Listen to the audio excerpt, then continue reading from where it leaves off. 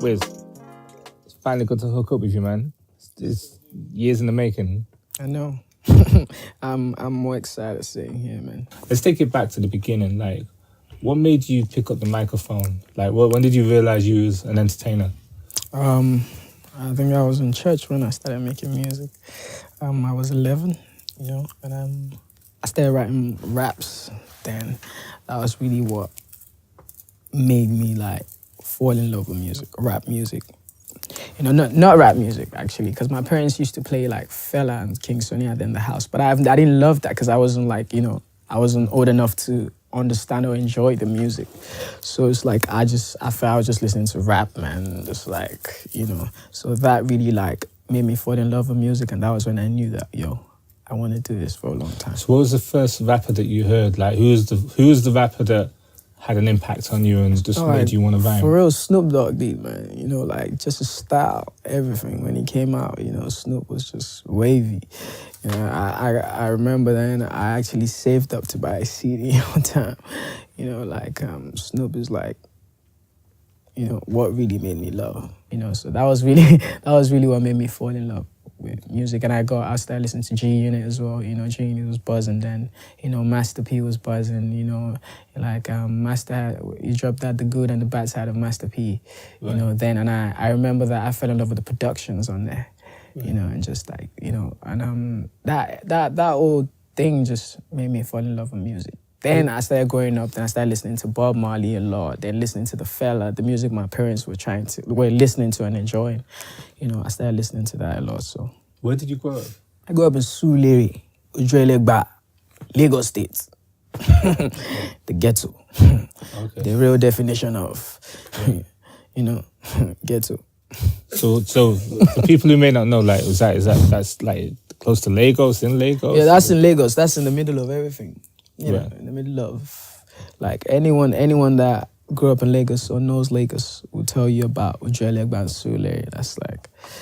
It's like, you have to know. Okay. That's like saying you're in California, you don't know where Compton is. So, like, just to help visualize, like, what was it like growing up? What was your experiences like the most vivid to you? Like, what's the craziest experiences you witnessed growing up? Just like waking up and just walking around the streets. Just playing football, just doing stuff, getting into trouble. Started drinking, started smoking on the street. So it's like, and I fell in love with music. I started making music, So that would be like my vivid, like, experience that I can remember vividly, So it's like. What was the first track that you put out that made you realize, like, you know what, I can do this? Like, this is me. This is what I'm going to do. I didn't really put out the record, because when we just used to rap back in church, like, I just fell in love with it. But when I put out Fast Money, Fast Cars, I got featured on a rap album from MI. I got that feature. I did a hook on that. And that was when people were like, yo, who's that kid on that? That boy sounds, he has potential, So after I dropped that, I was like, whoa, I think this might be it. People might just be giving me my chance. So and I just took it and I just never looked back. So what happened next after that? After that, it was just, recording, seeing the world, being blessed by God, going through some of the hardest times of my life. I'm pulling through, and like just me being me right now. A lot of artists, like, especially like rap artists, so say like in the UK, for instance, they rap immediately about what's going on in the UK, London. A lot of them don't even take into account what goes on outside of London. And in America, like, a West Coast rapper would rap about their experience and their ends and their hood, where they're from and everything else. And, it might spread out to across America or take some kind of influence. But you're in Nigeria, you're in Lagos, Nigeria, where you've got the influence of Fela, like, and what he achieved and what he did as an artist. But you've also surrounded by a lot of other countries. It's kind of crazy because it's like, it's a massive continent and different languages. It's not like America where everybody.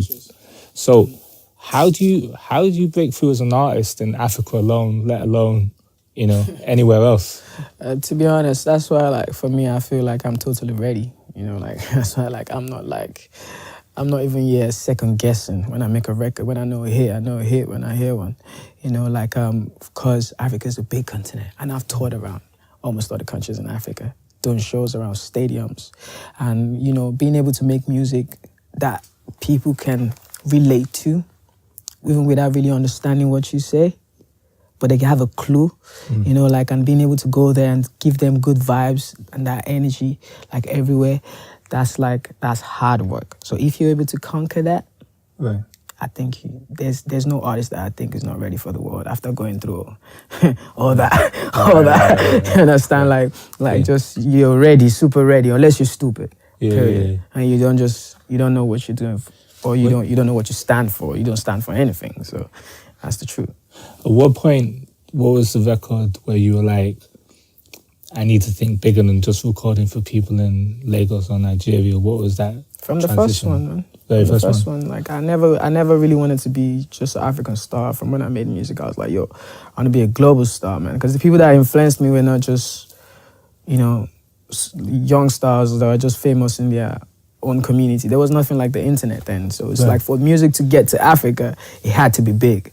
Right. So I was influenced by rap, reggae, Bob Marley, felt like good music. Big names. Yeah, some big names. So I was always like, you know what? It's the world, man. This is for the world. We're not joking. This is not for just Africa. It's bigger than that. Okay. The band was, he put me on to you, like, when he was coming out. Big bro. Bangali, Janla, He does the best. Listen, I because I grew, like, a lot of people don't even know. I grew up around the bands a lot. Right. Like Mohits, that era. Yeah. Like, I was around them. Like, I was in the house. They didn't even know I was in the house. Like, I was even living with them. They didn't even know I was living with them. That's how crazy it was. Because we were just family, man. So big shout out to the bands, man. Yeah. And Mohits, Wande Cole, Don Jazzy, Dr. Sid, Prince. God bless you guys. That was a very, very strong team that did a lot for African music. So I was working with him, and he was like, yo, Semtex, Wizkid, you need to know about Wizkid. And I was like, okay, I'm always like eager to learn about new artists, and I'm always like, so he put me on to you. Probably I'd heard your name before, but he was like, no, Wizkid. So the first track I saw was like, is it Holla at Your Boy? Yeah, Holla at Your Boy. Yeah. And then I saw that, and I was like, whoa, because I didn't even know the scene was going on out there until I met the band, and then to see you coming through and doing that and so forth. So what was the point where you were like, you had a contact where you could get your music played outside of Africa? What was that turning point for you where you started infiltrating everywhere else around the globe? For me, like, I blew up like when the internet was just like, popping off, basically. So, like, internet had a big role to play in my shit too. Sorry, no, I don't mean to cuss. I don't ever cuss. So, not when I'm not. That's a lie. But I don't like to cuss. I mean, but internet was like, played a big role. Right. I didn't even know. Like, I just joined. Like, my manager then opened a Twitter account for me. I wasn't even into that because I was just all about my music, man. Like, yo, I want to make music for the world to hear. Right. So the kids started listening to me, and London started showing me love a lot. Right. Then outside of then Europe, then America, and I was like, okay, yeah, they're finally listening to us, man. So even that alone, made me go back in the studio and just work on my sound and just push my producers, to get it right, push my mixers to get it right, push my video directors to understand the dream and the vision, So I think the internet, did a lot too, I'm not gonna say. And the people and Nigerians, because Nigerians are everywhere in the world, We're hustlers, man. So, the Nigerians definitely loved me. They loved me. So everywhere they go, they'll tell you, Nigerians love me, and I love them too much. Yeah, I'll do anything for my Nigerian people, man. I went to Tokyo one time. And then everywhere, trust me. And then, but that's the one place you can go if you don't speak language over there, you're in trouble because there's no English signs, there's nothing. English people are lazy, they don't really do other languages. the only people that we saw there that spoke English, Nigerians.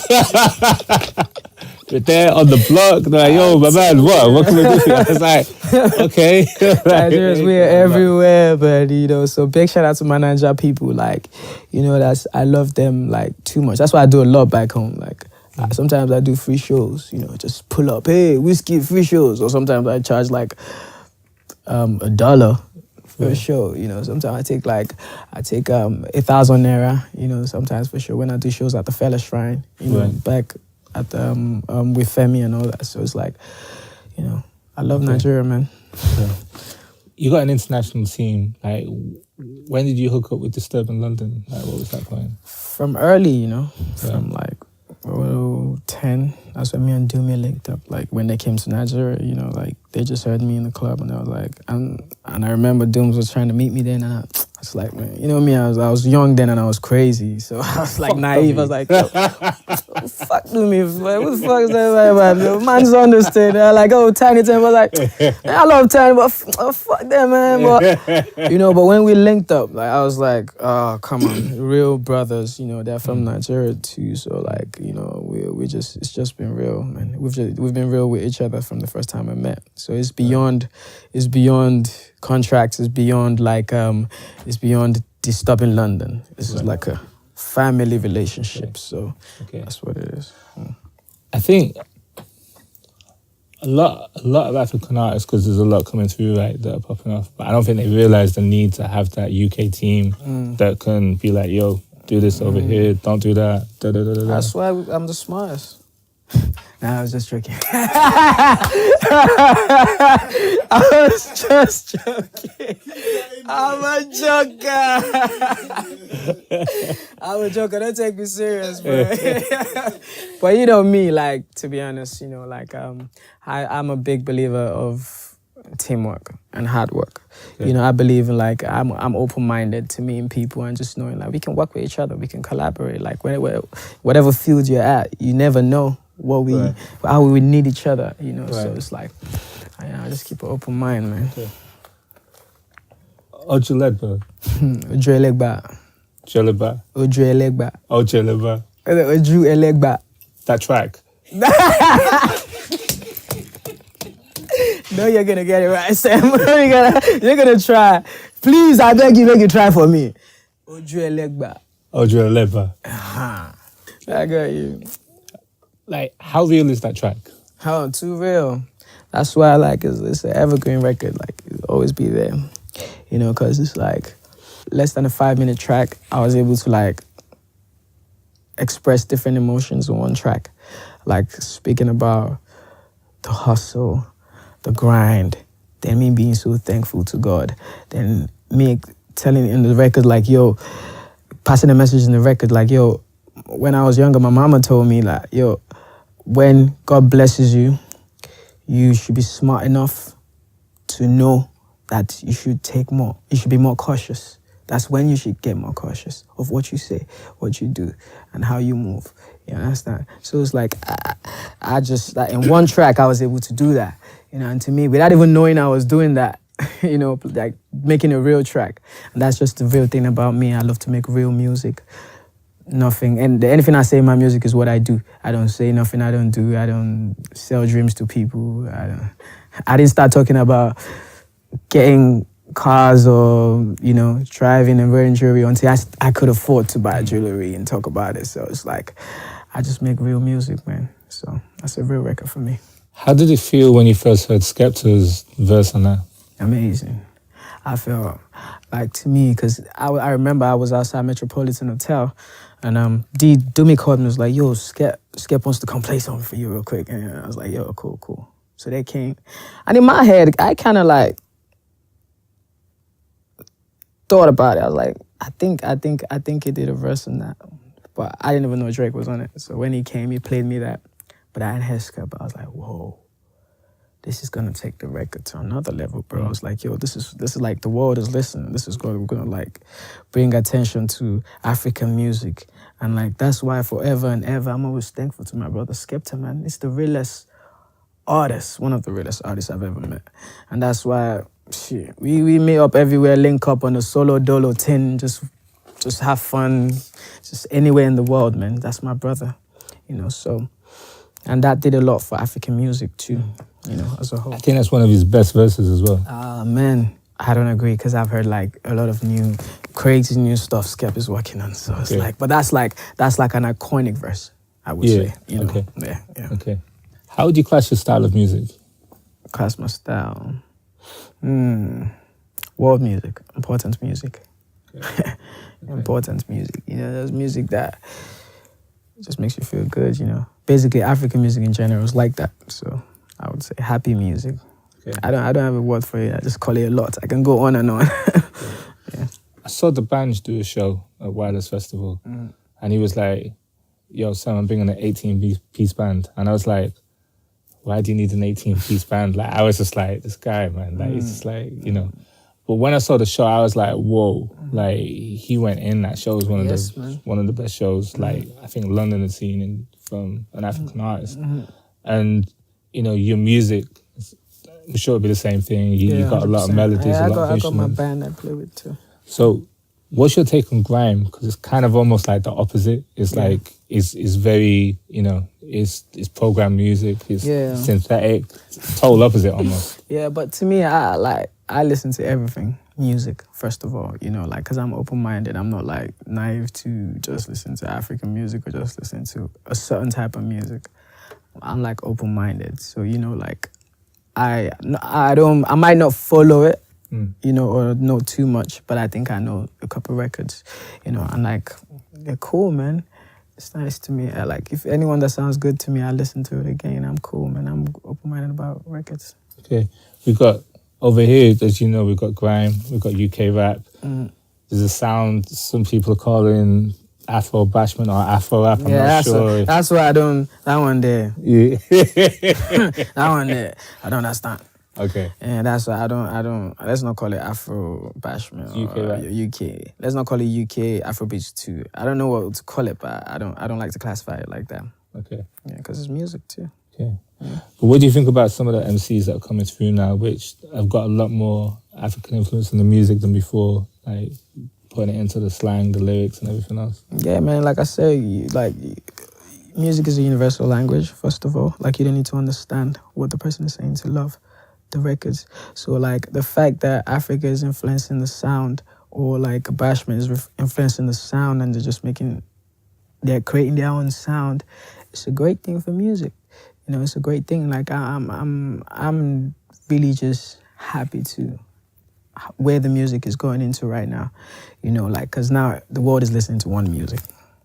Like, because when Drake puts out an album, everyone is listening to Drake's album. When Travis puts out an album, everyone is on that.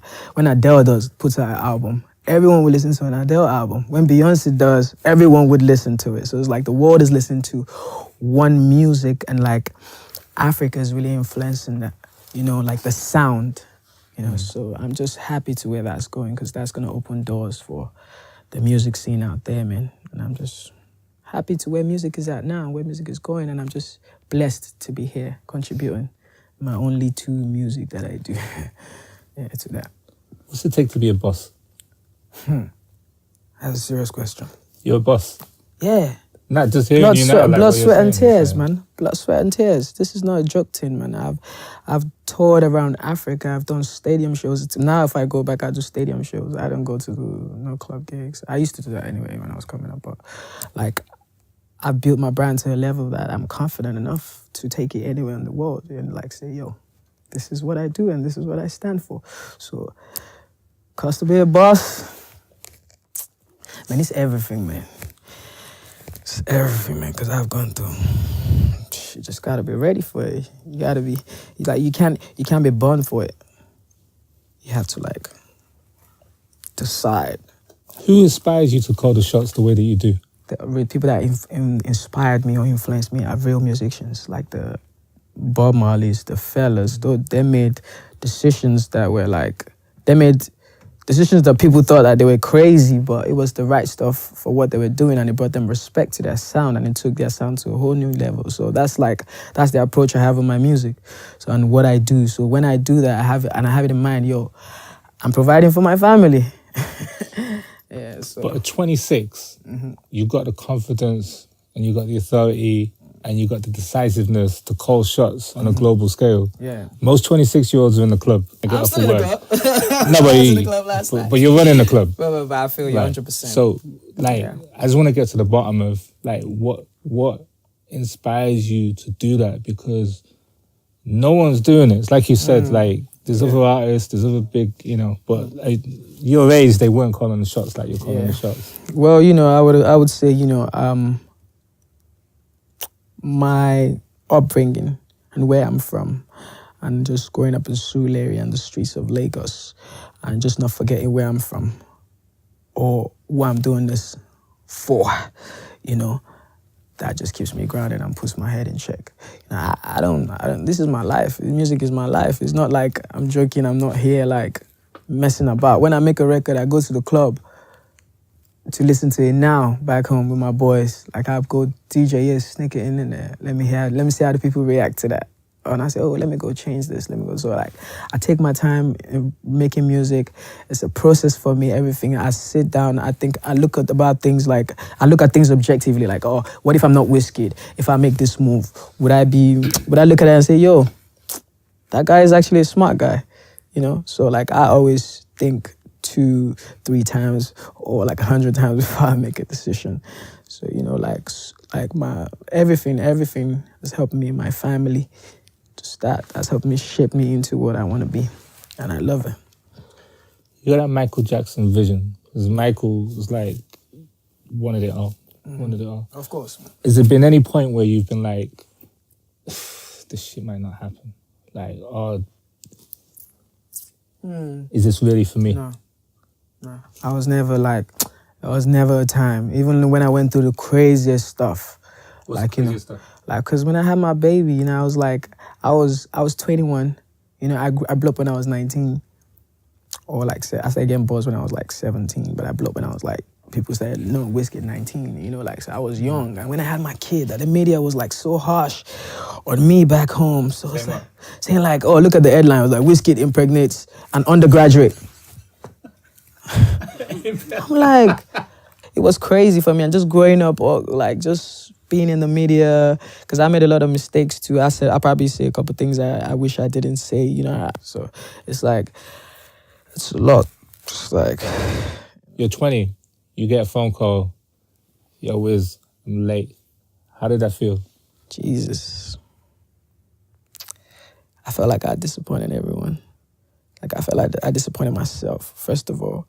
Not like that wasn't that. It's a blessing. My kid is a blessing. Like, I love my son to death. Like, I have him tatted on me. Like, I show him so much love. I'm just happy right now that God has blessed me the way He has for me to be able to look after the boy. What advice would you have for like any young fathers worldwide who might go through what you went through? Because some guys, they can't handle it. Trust me. When I had my kid, I'm not gonna lie, I was 21. I was like, my mom called me too. It was like, and it was so funny the way it happened, because my mom got to see my kid before me. So it was crazy. And I heard that. I was just like, I was devastated, man. I was like, I was young.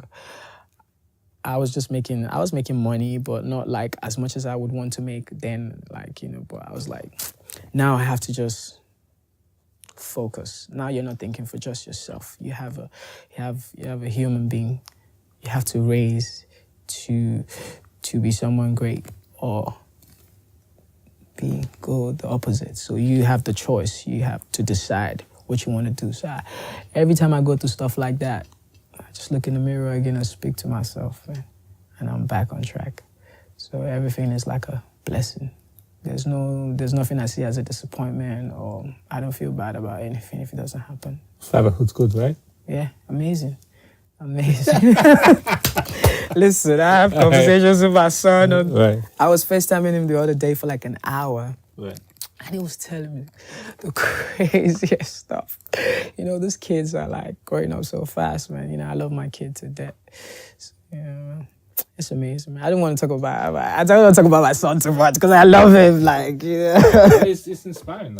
Yeah. And he was kind of like the things that really shaped me to put me on track. Like, yo, you need to get your art together. You need to. You can't be jumping around now. You have to think smart. Now you have to. You you have to think twice before you say stuff, like, because he's gonna grow up and like, do you want him to hear that that's what daddy is saying, or that's how your dad was living his life? So, you know, like, I had to just be a man again for my boy. So I love him, man.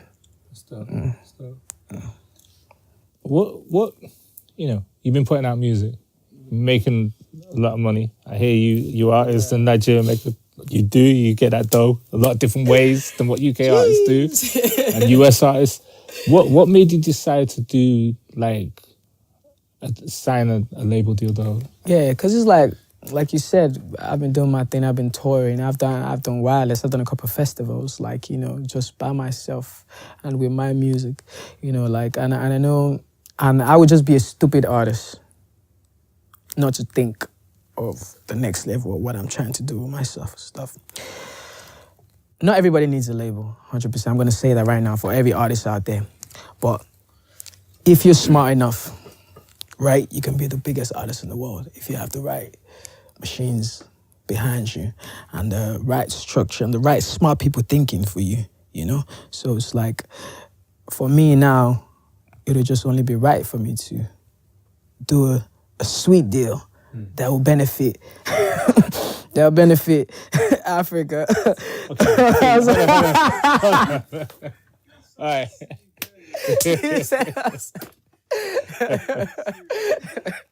All right. I need a sweet deal as well, yeah? I need to get one of those.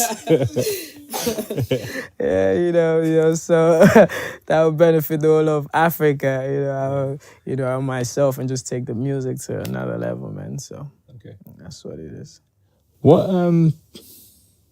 have you noticed any difference, the transition from working with a label, working to deadlines, timelines, and everything else, to how you've been doing it before? Nah, come on, I've been doing this like from early. Like I was, before I signed to a label, I was independent, pushing my stuff. So like, I have an office, I have a label that I've run, I have producers signed to me, I have artists signed to me. But that's working on your own timeline now. Yeah, but that's on my own timeline. But you know, like now, it's like, you know, I'm a workaholic. I'm always in the studio. The music is ready before you ask for it.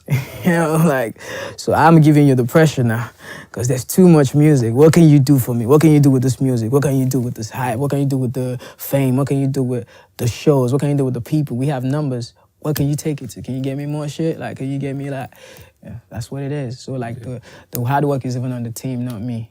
Because me, I'm here banging records every day. You and Drake have got a lot in common. Yeah, I would say so. It's like, what was it like when you first connected?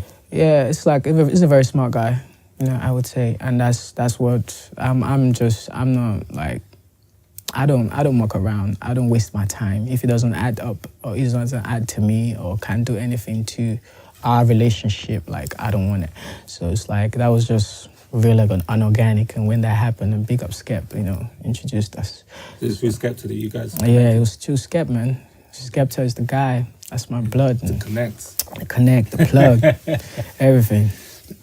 So, you connected, Skepta jumped on your joint, he put Drake on it, and then Drake, am I right in saying he sampled you for One Dance? Mm-hmm, yeah. Okay. That was 2016 pretty much. Yeah, pretty much. Yeah. So, what happens next, the next episode? Like, he's on your first single from your new album? Yeah. So we made that when we made One Dance too. Like, at that time when we made One Dance, we made a couple of records. So that was like one of the ones. But I was like, well, that's my record. So you made more than one record together? Yeah. Aside from One Dance? Yeah. It's a hard record. About your business? Yeah, about my yeah, like, you know, about that. That's why sometimes we get into it slightly, like a little bit, but then he understands because it's like a brother, man, and he's a smart man. So like, he gets like, okay, yeah, Wizkid is like, you know, he knows what he wants and, you know, knows what he's about. So there's that respect between us, you know, so, and love, so. It's crazy that a Canadian, an African, and an English woman got the biggest track of 2016. Can you imagine? It's crazy. Crazy. Wow. Nigerian boy from Legba, Sule. Tell us about the album. Yeah, the album, man, it's done. Sounds from the Other Side. That's like a mixtape. That's why I call it. To me, it's a mixtape. The one I just dropped, the single, but Drake is a mixtape to me. But the team goes the album, and everyone thinks it's the album. But It's a mixtape. Why is it a mixtape?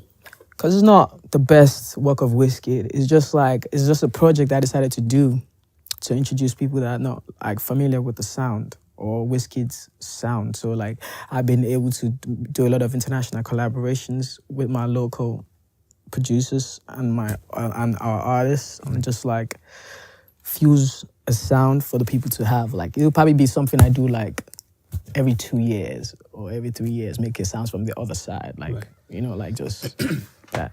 So what is the best music of Wizkid if this isn't it? No, the album is the one. The album after, the one after Sounds from the Other Side is the main stuff. But this one is bad. Sounds from the Other Side it's mad. But the next one, people understand. People understand. The world will get it. They'll be like, oh, okay.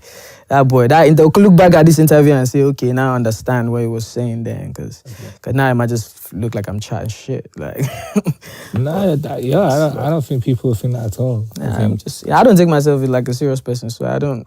I try to explain every time. I'm not.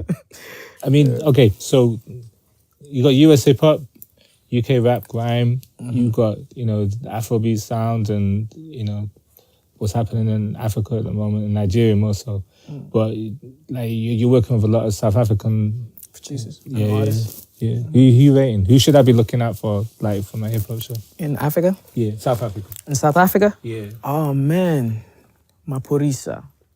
That's a producer. I work with him, and he is very sick. Right. He's a musical guy. Okay. You know, like he's behind a lot of big hits from back there. He worked on some stuff from this Sounds from the Other Side on my next album as well. See, Maporisa Box. Nasty C. He's a good rapper. MT. He's a good rapper. You know, like I would say South Africa, right? Something about AKA, you know, Casper. Like the thing about South Africa is, right, before Nigerian music even started popping, because I'm a very musical person, you know, so I was like, yo, South African music would be the one to get to the world before us, because it's like they make house music, and house music is very musical. The Kwaito sound. Yeah, the Kwaito sound. So that's like, so I was like, they'll get it before us. But until our sound started doing something that was like, that got the world's attention, I was like, okay, yeah, I think we might get it before them, because Nigerians not a joke. Nigerians really work. And once you hear that, when Nigerians hear that, oh, we can make money from this, it's over. So listen, you want me to come here at 6 a.m. every day, leave here at 1 a.m.? I'll come 6 a.m., leave at 1 every day, and I'll make this. I'll be there 5:30. That's that. So that's it, man. You know, that's Nigeria. So we just did it with our sound, man. Yeah. And I wouldn't say it's not by one artist. It wasn't one artist that did that. You know, it's from everyone. Everyone had an input in that, and everyone is still contributing to that. Okay. Yeah. It feels like you're the one artist that could make a truly international rap album with US, UK, man. South Africa. Yeah, the thing is crazy. It's crazy because me and Ty, before I left LA, we were just working on a mixtape. I wasn't even supposed to say this, but you just got. Me and Ty, though, we were working on a mixtape together, you know, like, and it sounds crazy because when we started making music, when I first met him, you know, we did a record and we shot the video. I remember I shot it in London and I didn't put it out. And he was asking me, why didn't you ever put out that song on that video? I said, bro, like, after we made that, I put out a record that was doing so good, and I was like, yo, I feel like we can make a better record because Ty is a musician. So when we went in, we started working, then we created one song, and that we really both sat down and said, yo, whoa, I think we could give the world something, you know, and just see what they hear. So watch out for that. Ty and Wizkid, it's tight. Wow, yeah. That'd be big. That'd be big. Yeah. Is it true that if somebody wants to book you in Africa, they got to book a private jet? Yeah, sometimes. Wow. Yeah, I got to pull up nice. Yeah. It's jokes, but yeah, most times. Okay. And then you performed recently, like in Kenya with Chris Brown, right? Yeah, that was in Mombasa. You guys got tracks together? Yeah, me and Chris, we got like 3-4 records together. We have one on Sounds from the Other Side, and we have another one on my album. Chris was actually like the first person that started showing me love from like America, like the biggest stars. When he came to Nigeria to perform, when we met, it was just organic between us. Like, just wrote up a joint, smoke, like listen to music, vibe. That's it. And I went to LA and we just made records. So Chris is like, I really, really rate him a lot. Yeah, I feel like we should do this once a year. Please. Because it's like, you do so much. Yeah, man. I like, and to me, I'm doing catch up today. I'm so happy. Like, I'm just so happy. Like, finally, like, it's time, like, for the world to hear what Wizkid is about. Because it's been a long time coming, and I've been here waiting, like, for the right time to let the world hear. Because I've been working with some crazy producers that I feel like, I was talking to Skrillex the other day, and we're about to work on something crazy. Travis and Travis Scott, Boy Wonder, like, just musical people. Okay. So I have some interesting things lined up. What's the best track you've ever made? Jesus is Lord. Best track. That's hard. I don't have one. I would be lying if I said I have. Good answer. I don't have one. I'm not gonna lie. Because every day I make records and I even impress myself and I'm like, whoa, look at you. Is that in the middle? Check you out, Wiz. Check you out. You sounded like a G. Like I did a record with Mustard and Ty. It's like a LA record. It's like when you hear it, it's like a proper LA. I'm about to get YG on that. And like it was like real LA shit. So I'm making some exciting sound, man. So yeah. You're just dropping jewels right now. It's just all coming out. Yeah. Oh, without even knowing it. My bad. Yeah. Well, look, appreciate you taking the time out, man. Oh. It's good to finally connect. Appreciate you, man. Thank you for finally coming in, like having this conversation. And this is like the right time too. So I think we should do this once a year, please.